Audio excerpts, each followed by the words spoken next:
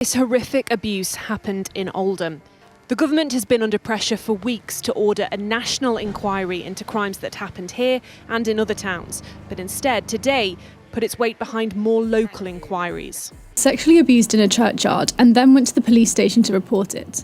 The officer told me to go home and come back when I'd sobered up. Sam says two strangers in the police station offered to give her a lift. 10,000 victims, decades of abuse. Sky's Becky Cottrell spoke to two women, both survivors of rape at the hands of gangs when they were just children. Just to warn you that the report coming up does contain details of that abuse. The officer told me to go with them. From that, I was gang raped by multiple men. She was just 12 years old. And then there's what happened to Jane. She says police saw her being raped by an older man. And one MP's fumbling defence that might have just blown the lid off the entire scandal. Before we move on, I'd like to ask you a small favour. If you appreciate this content, please take a second to like this video and subscribe to the channel. Over 98% of you watch the videos without subscribing. It costs you nothing, but it makes a huge difference to us. So, did you click the subscribe button? Great, thank you so much. Now, back to the video. Actually placed me in handcuffs and threw me in the back of a police van and said they were arresting me for prostitution. I was 14 years old. No child can be a prostitute.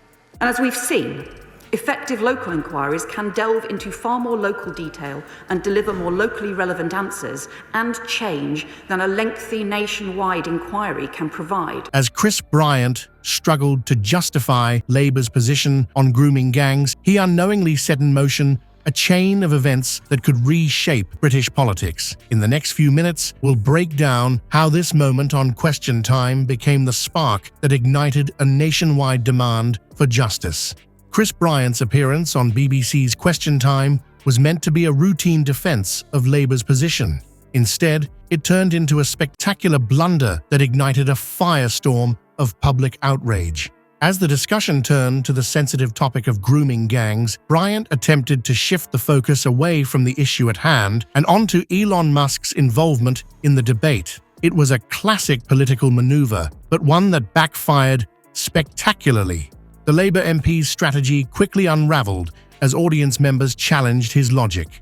Bryant's claim that British people should decide British issues rang hollow in the face of the gravity of the grooming gang scandal. It was a tone-deaf response that ignored the pain and suffering of victims and their families, many of whom had been crying out for justice for years. As Bryant struggled to respond to increasingly pointed questions from the audience, the atmosphere in the studio grew tense. One audience member, visibly frustrated, demanded to know why Labour had been so reluctant to address the issue head-on.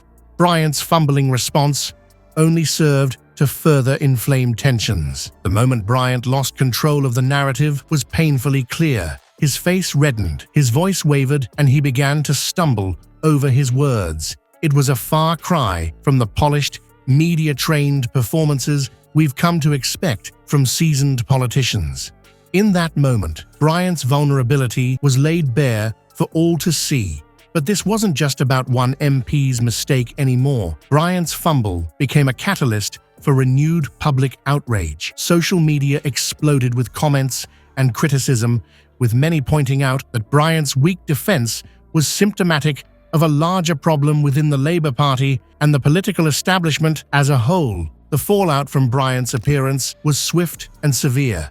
Within hours, calls for his resignation were trending on Twitter. Political commentators from across the spectrum weighed in, with many arguing that Bryant's performance had done irreparable damage to Labour's credibility on the issue of grooming gangs. As the dust settled, it became clear that this debate had become about much more than just one politician's misstep. It had reignited a national conversation about political accountability, the handling of sensitive issues, and the power of public pressure to effect change. Just when the grooming gang debate seemed confined to British shores, an unexpected wave crashed in from across the Atlantic. Elon Musk, The tech billionaire, known for his unfiltered opinions, decided to weigh in on one of the UK's most sensitive political issues. His tweets about the scandal sent shockwaves through Westminster and beyond, turning what was already a heated national conversation into an international spectacle.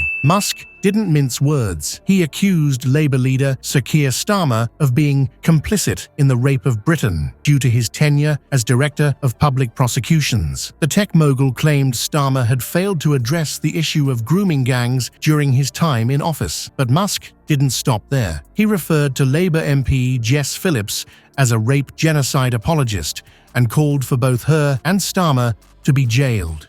These weren't just idle comments from a random Twitter user. They were incendiary statements from one of the world's most influential figures. The Labour Party's response was swift and defensive. Keir Starmer hit back, accusing Musk of spreading misinformation and amplifying far-right narratives.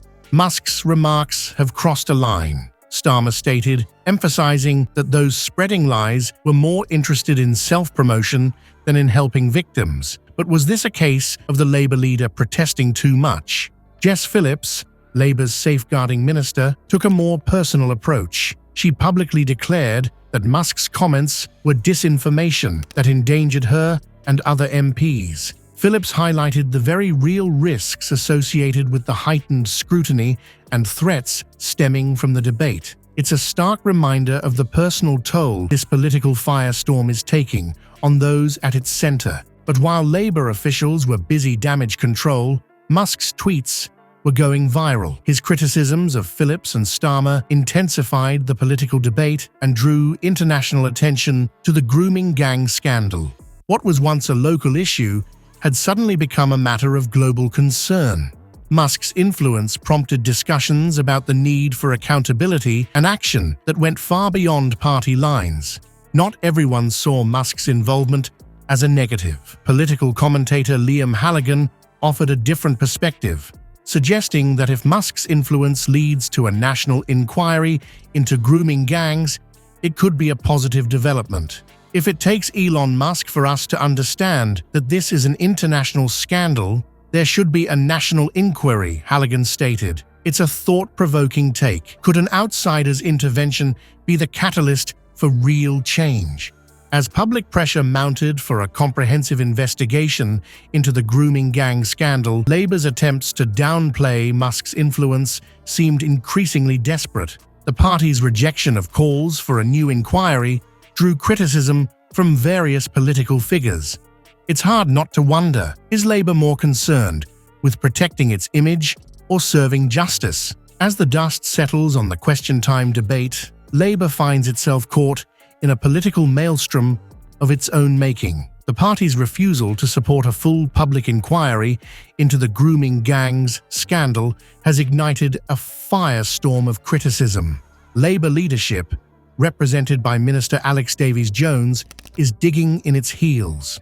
I won't vote for it, because we've already had a national inquiry into child sexual exploitation and abuse, Davies-Jones stated, seemingly oblivious to the growing public outrage.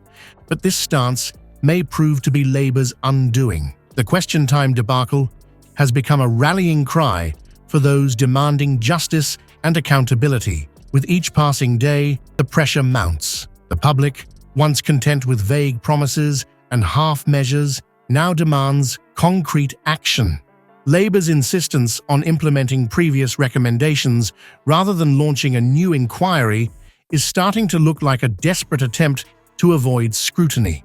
The ball is indeed in Labour's court, but they seem determined to play defence rather than address the issue head-on. Will they continue to resist the tide of public opinion, or will they finally realise that their political survival may depend on giving in to demands for a thorough investigation? As the scandal continues to unfold, one thing is clear: the British people are watching, and they're running out of patience.